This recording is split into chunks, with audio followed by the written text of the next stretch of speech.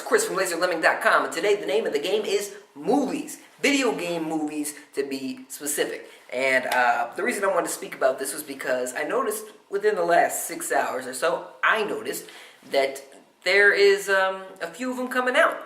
And they're not just the same typical standard shit Hollywood usually puts out. It's not a Resident Evil, it's not a Blood Rain, it's not a Mario movie, it's something different.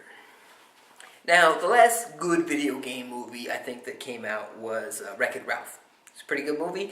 They even got some characters from classic games to pop in. I enjoyed it. However, Wreck-It Ralph is an anomaly. It stands out. It's the prettiest fly hovering over the piece of shit that is video game movies. And the reason these movies are typically so terrible is because Hollywood has typically seen them as a cash grab. Typically. I don't know if I've used the word typically enough. But what they like to do is they take a recognizable IP like Tomb Raider and they grab it, exploit it into a 2-hour movie, shit it out at a low budget, and there you go. And Tomb Raider movies aren't even the worst of the worst. They're actually a lot better than most video game movies. But anyway, I digress. Let's talk about what's coming. Adam Sandler is going to be in a video game movie called Pixels.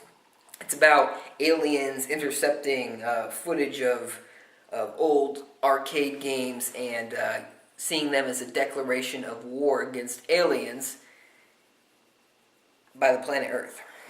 So, that doesn't sound very good, but who knows, it could be fun. It's obviously not taking itself too seriously, but, you know. It's got companies like Nintendo and Konami and Namco all like partnering with Sony, who's developing the movie, and they're lending out their IPs. Nintendo's lending out Donkey Kong to be used in this movie, so I don't know how he's going to come off. It's obviously going to be the old Donkey Kong, because that's what was popular back then. And if you look at all the game characters that are being used, they're pretty much from the 80s and early 90s. So it'll be interesting just to see it, that perspective of it. I'd like to see how they employ these older characters in a newer setting. But outside of that, I don't know. I want to see a trailer more than I actually want to see a 90 to 110 minute movie about it. But there's that. Next movie we're going to be speaking about is, what was it? Oh, Warner Brothers has decided to buy the rights for Space Invaders, the movie. And I imagine at this point, the rights for that movie are probably pretty cheap. Because I can't imagine anybody was begging for a Space Invaders movie. If you remember Space Invaders, the old arcade game from the 80s, it's you moving side to side, left to right, controlling your gun, and you're shooting up at aliens that are moving side to side, slowly coming down towards your base. That's it. That's Space Invaders. That's all it is. And Warner Brothers thought it would be a good idea to buy the rights for this movie.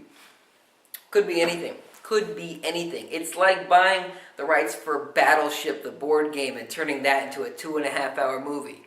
Shitty idea. But who knows? Maybe they'll go the opposite direction. They won't turn it into a melodramatic piece of turd, and instead will maybe have some fun with it. Not so much in the same way Pixels is doing it, but, you know, a little bit more lighthearted, a little bit more self-referential. Maybe, you know, a comedy movie about aliens invading. I don't know. There's that. Finally, the last movie I want to speak about was called Console Wars. And this was announced a little while ago. It's got Seth Rogen attached to the project. With him involved in the project, I don't know if this is going to be a comedy or not. It's based on a book, and the book is not, it's not written like a movie, it's nothing like that. It's just interesting stories that happened at Sega and Nintendo. It's told from the perspective of a guy that used to work at Sega. I've read a few excerpts from it, and it's really interesting stuff. But the fact that it's being developed with Seth Rogen, and B, developed by Sony, the plot of the book is it's about Nintendo and Sega in this heated rivalry in the early 90s. And when the movie was announced, they spun it as how Sega, this scrappy little underdog, took on the big Nintendo.